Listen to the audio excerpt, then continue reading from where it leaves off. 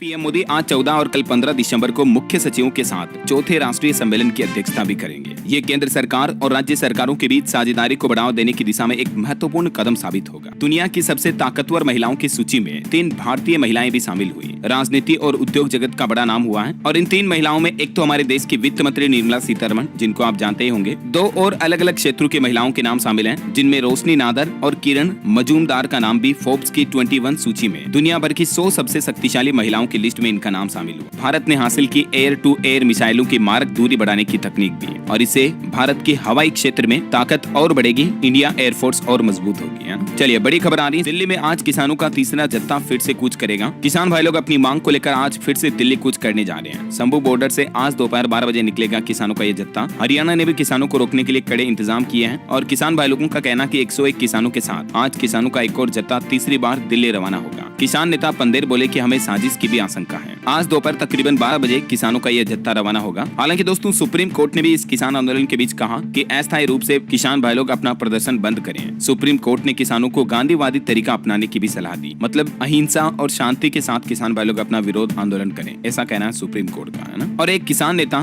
जोगिंदर सिंह का तो ये भी कहना कि किसानों का दिल्ली कूच करना बिल्कुल भी सही नहीं है। उन्होंने किसान आंदोलन को लेकर भी कहा कि एमएसपी पर कानून बनाना कोई बच्चों का खेल नहीं है और वो इसीलिए बोले कि किसानों को दिल्ली कूच नहीं करना चाहिए। प्रधानमंत्री नरेंद्र मोदी ने उत्तर प्रदेश प्रयागराज का दौरा किया और यहाँ कई विकास परियोजनाओं की शुरुआत भी की। पीएम मोदी ने समझी स्वच्छ, डिजिटल, स्वस्थ और सुरक्षित महाकुंभ की बारीकियां भी। और अपने प्रयागराज दौरे के दौरान पीएम मोदी ने अक्षय वट वृक्ष की पूजा अर्चना भी की और इस दौरान कुंभ कलश रखकर 5,500 करोड़ रुपए की अलग अलग परियोजनाओं का लोकार्पण और शिलान्यास भी किया। पीएम मोदी ने प्रयागराज पहुंचे प्रधानमंत्री ने यहाँ 10 नए फ्लाईओवर का भी उद्घाटन किया, जिससे कि ट्रैफिक यातायात सुविधाओं में लोगों को आसानी रहेगी। मोदी ने प्रयागराज में क्रूज की सवारी भी की। अक्षय वट परिक्रमा करते हुए पीएम ने कहा कि गुलामी के दौर में भी कुंभ की आस्था नहीं रुकी है। ये कुछ तस्वीरें दोस्तों आप देख सकते हैं पीएम मोदी के प्रयागराज दौरे की। इस दौरान यूपी के मुख्यमंत्री योगी आदित्यनाथ भी मौजूद रहे। साल 2030 तक $7 ट्रिलियन की अर्थव्यवस्था बनाने के लिए इंफ्रास्ट्रक्चर पर $2.2 ट्रिलियन के निवेश की जरूरत होगी। मतलब केंद्र सरकार को अलग अलग क्षेत्रों में निवेश बढ़ाना होगा, तभी भारत की जीडीपी ग्रोथ रेट अच्छी बनी रह सकती है। 7 लाख करोड़ डॉलर की जीडीपी बनाने के लिए हर साल 10.1% की बढ़ोतरी होना जरूरी है और भारत को इंफ्रास्ट्रक्चर पर अपना निवेश बढ़ाना होगा। नाइट फ्रैंक इंडिया की तरफ से ये रिपोर्ट जारी की। भारत में कैंसर पर भी एक अच्छी रिपोर्ट सामने आ रही है कि कैंसर डायग्नोस्टिक टेस्ट मार्केट 2033 तक 2% CAGR बढ़ेगा। मतलब कैंसर जांच में भी भारत में 2033 तक अच्छी खासी बढ़ोतरी देखने को मिलेगी। भारत में टेस्ला की एंट्री पर केंद्रीय वाणिज्य मंत्री पीयूष गोयल का कहना है कि सरकार बेहतर माहौल और सुविधाएं देने के लिए तैयार है, यानी कि कहीं न कहीं सरकार खुद भी टेस्ला को सपोर्ट कर रही है। तो जल्दी आपको भारत में टेस्ला की कारें भी बिकती हुई नजर आएगी। भारत में 2.2 करोड़ महिला स्वामित्व वाली MSME कंपनियां पंजीकृत हुई, यानी महिला उद्यमिता को बढ़ावा मिला है। पिछले कुछ सालों के दौरान भारत में महिला कारोबारियों उद्योगपतियों की भी बढ़ोतरी हुई है। तो ये एक महिला सशक्तिकरण को लेकर अच्छी रिपोर्ट है। 2025 में कुल 14 दिन बंद रहेगा शेयर बाजार, मतलब शनिवार रविवार की छुट्टी के अलावा 14 दिन और छुट्टियां रहेगी। BSE यानी बॉम्बे स्टॉक एक्सचेंज की तरफ से ये स्टॉक मार्केट हॉलीडे लिस्ट का कैलेंडर भी जारी किया गया। आप टेबल में देख सकते हैं किन किन त्योहारों की वजह से 2025 में कब कब छुट्टियां रहेगी, मार्केट बंद रहेगा, मतलब है ना। संसद में देश के रक्षा मंत्री राजनाथ सिंह बोले कि नेहरू और इंदिरा गांधी ने संविधान बदला ताकि विरोधियों को चुप रख सके। इस पर प्रियंका गांधी ने भी कहा कि नेहरू को छोड़िए, आपने क्या किया। तो ये पक्ष विपक्ष को लेकर संसद में बहसबाजी देखी गई। सभा सभापति धनखड़ और नेता विपक्ष खड़गे में भी बहस हुई। धनखड़ बोले कि मैंने बहुत बर्दाश्त किया। खड़गे ने कहा कि आप सम्मान नहीं करते, मैं क्या करूं और क्यों करूं। तो देखिए, मतलब ये राजनीति में किस तरह की बहसबाजी चल रही संसद में। बच्चों की तरह लड़ रहे बड़े बड़े नेता। मुस्लिम नेता ओवैसी ने भी बांग्लादेश में हिंदुओं की सुरक्षा का मुद्दा संसद में उठाया और उनके बयान पर एस जयशंकर, जो कि विदेश मंत्री हैं, वो बोले कि यूनुस सरकार से एक्शन लेने को हमने कहा है, हसीना के बयानों का समर्थन नहीं करेंगे। अभी भी दोस्तों हमारे देश भर में कई जगहों पर बांग्लादेश में हिंदुओं पर हो रहे अत्याचार के खिलाफ विरोध प्रदर्शन देखा जा रहा है। सनातन धर्म के महंत बोले कि हम तो साल में, लेकिन वो वीक में एक बार इकट्ठे होकर प्लानिंग बनाते हैं। सुप्रीम कोर्ट में ईवीएम वेरिफिकेशन याचिका पर पुरानी बेंच ही सुनवाई करे। बेंच ने कहा था कि ईवीएम सेफ है, बैलेट पेपर से चुनाव नहीं होंगे, लेकिन आपको पता होगा महाराष्ट्र में अभी भी विपक्ष को संतुष्टि नहीं है चुनावी नतीजों से। तो ये जो याचिका लगाई हुई है सुप्रीम कोर्ट में, इस पर अब पुरानी बेंच ही सुनवाई करे। तो हमारे देश के भारतीय रिजर्व बैंक RBI को बम से उड़ाने की धमकी दी गई। नए गवर्नर की नियुक्ति के बाद ये धमकी मिली। रूसी भाषा में एक ईमेल किया गया। दिल्ली के 30 स्कूलों को भी एक पत्र में लिखा कि 13-14 दिसंबर को धमाके करेंगे। देखिए, मतलब आए दिन जो ये फर्जी धमकियां मिलती रहती हैं, इस पर सरकार को एक्शन लेना चाहिए जरूर। वायुसेना पर एक अच्छी रिपोर्ट सामने आ रही दोस्तों। वायुसेना को मिलेंगे 22 नए सुखोई विमान। सरकार ने HAL से 13,500 करोड़ रुपए की एक डील की है और इन फाइटर प्लेन के 62% पार्ट्स भारत में ही बनेंगे, यानी ये फाइटर प्लेन आधे से ज्यादा मेड इन इंडिया ही होंगे। तो ये रक्षा मंत्रालय की तरफ से एक बड़ा फैसला लिया गया। सुप्रीम कोर्ट ने कहा कि कोर्ट के जज सोशल मीडिया का इस्तेमाल करने से बचें। एक सन्यासी की तरह जीवन जीना चाहिए। कोर्ट के न्यायाधीशों को न्यायपालिका में दिखावे के लिए कोई जगह नहीं है। मतलब कई जज जो सोशल मीडिया पर अपना वीडियो वगैरह बनाकर डालते हैं, तो उन्हीं को लेकर सुप्रीम कोर्ट ने कहा कि सोशल मीडिया का इस्तेमाल करने से बचे जज। न्यायपालिका में दिखावापन नहीं करना चाहिए। प्रदूषण पर एक रिपोर्ट सामने आ रही है कि प्रदूषित हवा हमारे खून का थक्का भी जमा सकती है। प्रदूषण की वजह से ब्लड क्लॉटिंग का खतरा 100% तक बढ़ जाता है। हाल ही में वैज्ञानिकों की रिसर्च में यह बड़ा खुलासा सामने आ रहा है। नोएडा में लाखों का नकली प्रोटीन बरामद हुआ। नकली प्रोटीन पाउडर पीकर आप भी बीमार हो सकते हैं, इसलिए प्रोटीन वगैरह सप्लीमेंट अगर आप लेते हैं तो ब्रांडेड कंपनी का ही लें, कहीं लोकल स्टोर से ना खरीदें, वरना आपको उल्टा शरीर को फायदा पहुंचाने की बजाय नुकसान भुगतना पड़ सकता है।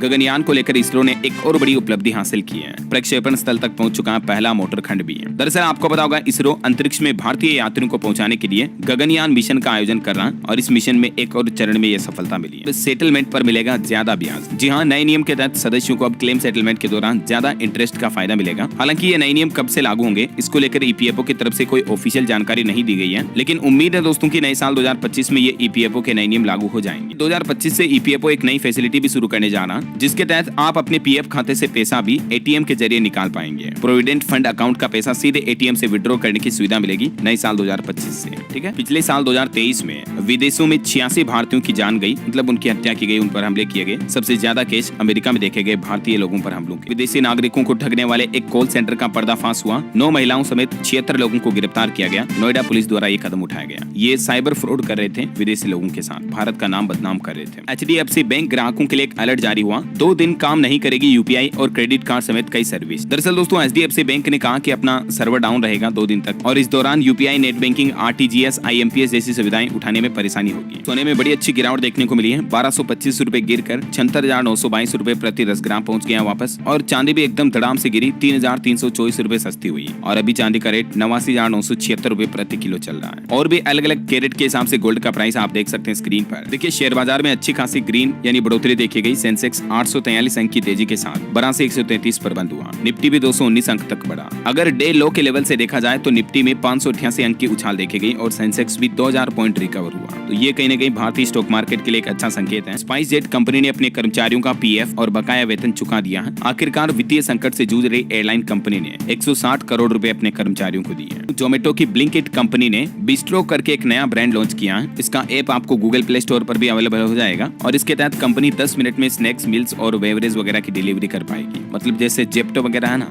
वैसे सर्विस ये जोमेटो ने बिस्ट्रो करके नई लॉन्च की। देखिए, सुप्रीम कोर्ट ने प्रदूषण को लेकर कहा कि पटाखों पर पूर्ण प्रतिबंध लगाने पर अंतिम फैसला ले राज्य सरकारें। न सिर्फ दिल्ली बल्कि एनसीआर के सभी राज्यों को सुप्रीम कोर्ट की तरफ से ये निर्देश जारी किया है। महाकुंभ 2025 को लेकर खबर आ रही कि भारत की विरासत को दिखाने के लिए संस्कृति मंत्रालय की तरफ से भी एक नई पहल की गई है। यूपी प्रयागराज में महाकुंभ के दौरान कलाग्राम करके एक नया इवेंट रखा जाएगा, जिसमें आपको देश भर की अलग अलग विरासत, संस्कृति देखने को मिलेगी, है ना। वहीं महाकुंभ में जाने वाले श्रद्धालुओं के लिए एक और अच्छी खुशखबरी ये है कि आपको एक एआई यानी आर्टिफिशियल इंटेलिजेंस पर आधारित चैटबोर्ड भी मिलेगा। मतलब कुंभ को लेकर आपके मन में कोई भी सवाल है ना, तो आप इस चैटबोर्ड के माध्यम से क्वेश्चन आंसर कर पाएंगे, जैसे चैट जीपीटी है ना, वैसे ही। और ये चैटबोर्ड दोस्तों हिंदी, अंग्रेजी, तमिल, तेलुगु समेत 10 भाषाओं में आपको जानकारी दे पाएगा। देश के परिवहन मंत्री नितिन गडकरी बोले कि सड़क दुर्घटनाओं में घायलों को अब मुफ्त इलाज मिलेगा और उत्तर प्रदेश राज्य में ये योजना इसी महीने दिसंबर से लागू हो जाएगी। यूपी के लिए परिवहन मंत्री की तरफ से ये शानदार घोषणा की गई है। वैज्ञानिकों की एक चिंताजनक रिपोर्ट देखिए दोस्तों। दूषित खाद्य पदार्थों की वजह से मां के दूध में मिला मानक से ज्यादा सीसा, जो कि बच्चों के मानसिक विकास के लिए एक बड़ा खतरा है। Health risk assessment of the feeding childrens chemosphere पत्रिका में प्रकाशित ये वैज्ञानिकों की रिसर्च में चौंकाने वाला खुलासा सामने आया। भारत में डायबिटीज मरीजों के लिए अच्छी खबर आ रही है। देखिए, देश में पहला मधुमेह बैंक भी बन चुका है। अब लंबे समय तक सुरक्षित रहेंगे bio sample. ICMR, Delhi AIIMS और एमडीआरएफ के विशेषज्ञों ने Indian journal of medical research में एक अध्ययन प्रकाशित किया है और इस अध्ययन में इस मधुमेह बैंक की समूह प्रोफाइल को भी साझा किया है। ये जो देश में भारत में पहला मधुमेह बैंक शुरू हुआ, इससे इस बीमारी के उपचार में प्रगति मिलेगी, यानी मधुमेह रोगियों को आसानी से इलाज की सुविधा मिल पाएगी। तो डायबिटीज मरीजों के लिए अच्छी खबर है वाकई में। इन पर एक रिपोर्ट आ रही कि बैंकों में आम लोगों की जमा राशि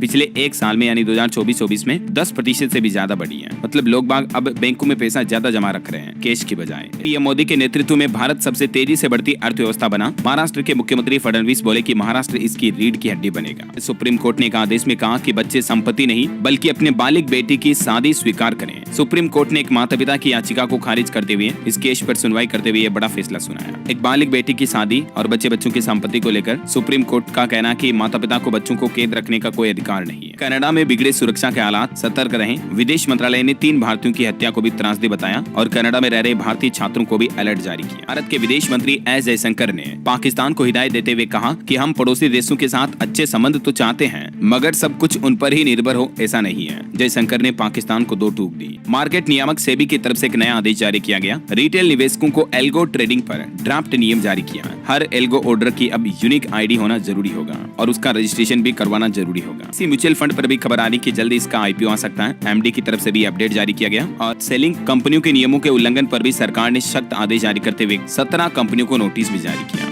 जो एमएलएम वगैरह डायरेक्ट सेलिंग कंपनियां होती है ना, वो कई तरह के आए दिन फ्रॉड भी करती हैं, आपको पता होगा। तो ऐसी कंपनियों को लेकर केंद्र सरकार की तरफ से सख्त निर्देश जारी किया, देख सकते हैं। देश में पहली बार सूचीबद्ध होगी आयुर्वेद आहार रेसिपी। एफएसएसएआई के साथ मिलकर ये रेसिपी तैयार की जा रही है। एफएसएसएआई मतलब food safety standard authority of India, यानी भारतीय खाद्य सुरक्षा एवं मानक प्राधिकरण की ओर से देश में पहली बार आयुर्वेद आहार रेसिपी को सूचीबद्ध किया जाएगा। मतलब आयुर्वेद पर आधारित ये ऐसी रेसिपी है जो लोगों को हेल्थ में फायदा करेगी और इसको गवर्नमेंट ऑफिशियली लिस्ट करेगी। तो ये एक अच्छी पहल है वाकई में। दिल्ली मेट्रो स्टेशन और डीएमआरसी ऐप से ले सकते हैं अब सूरज कुंड मेले का टिकट भी। दिल्ली सरकार ने ये नई सुविधा शुरू की है। हवाई यात्रा करने वाले यात्रियों के लिए बड़ी अच्छी खुशखबरी आ रही है। एयरपोर्ट पर अब यात्रियों को किफायती खाना उपलब्ध कराने के लिए केंद्र सरकार एक नई पहल शुरू करने जा रही है। उड़ान यात्री कैफे करके एक नई योजना शुरू करेगी। नए साल 2025 से ही आपको एयरपोर्ट पर अब सस्ते में खाना मिल पाएगा, क्योंकि सरकार का कहना है कि जल्द ही देश भर के सभी हवाई अड्डों पर ये उड़ान यात्री कैफे योजना शुरू होगी। खुद केंद्रीय मंत्री के.आर. राम मोहन नायडू की तरफ से ये घोषणा की गई। सभापति के प्रति अविश्वास प्रस्ताव के मुद्दे पर पक्ष और विपक्ष के बीच शोर शराबे के चलते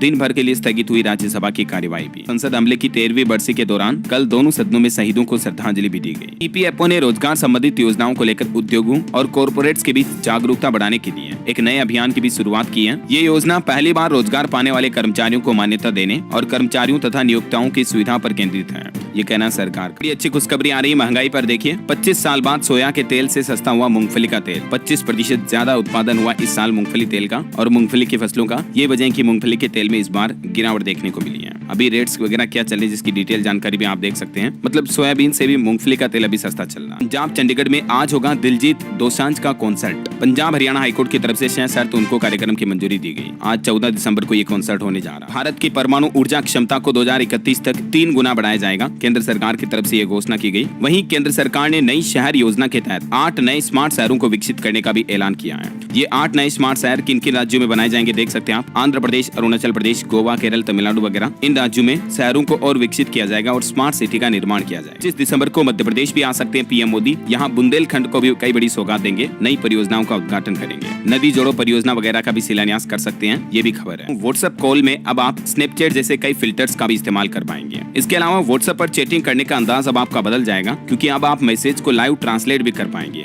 जल्द ही मेटा कंपनी की तरफ से सभी व्हाट्सएप यूजर्स के लिए ये नए फीचर रोल आउट किए जाए। एप्पल कंपनी का एक नया प्लान देखिए दोस्तों। आईफोन के बाद अब एयरपोर्ट्स भी भारत में बनाएगा एप्पल। अगले साल 2025 से ही एयरपोर्ट्स का प्रोडक्शन भी एप्पल द्वारा भारत में किया जाएगा। इस राज्य में बच्चों के लिए आधार कार्ड, पैन कार्ड और अन्य सरकारी दस्तावेजों में माँ का नाम दर्ज करवाना अनिवार्य हो चुका है। महाराष्ट्र सरकार की तरफ से यह नया नियम लागू किया गया है। जो भी गवर्नमेंट डॉक्यूमेंट होंगे उन सभी में पिता के नाम के साथ साथ माँ का नाम भी अनिवार्य होगा। खबर है 5 महीने में 13 बड़े फैसले लिए गए। केंद्रीय कृषि मंत्री शिवराज सिंह चौहान की तरफ से बड़ी घोषणा की गई। उन्होंने किसानों से बातचीत की और कहा कि कृषि मंत्रालय और किसानों के लिए सरकार के दिल के दरवाजे हमेशा खुले हैं। जहां एक तरफ देश भर में आपको पता होगा किसान भाई लोग आंदोलन कर रहे हैं, दिल्ली कूच का ऐलान भी किया आज। तो इसी बीच कृषि मंत्री की तरफ से किसानों को ये राहत देने की बात कही गई। तो 15 दिसंबर को देश के उपराष्ट्रपति मध्य प्रदेश ग्वालियर का दौरा करेंगे। लगभग 3 घंटे तक शहर में रहेंगे और इस दौरान भी कई नए समारोह में शामिल होंगे, नई योजनाओं का उद्घाटन करेंगे।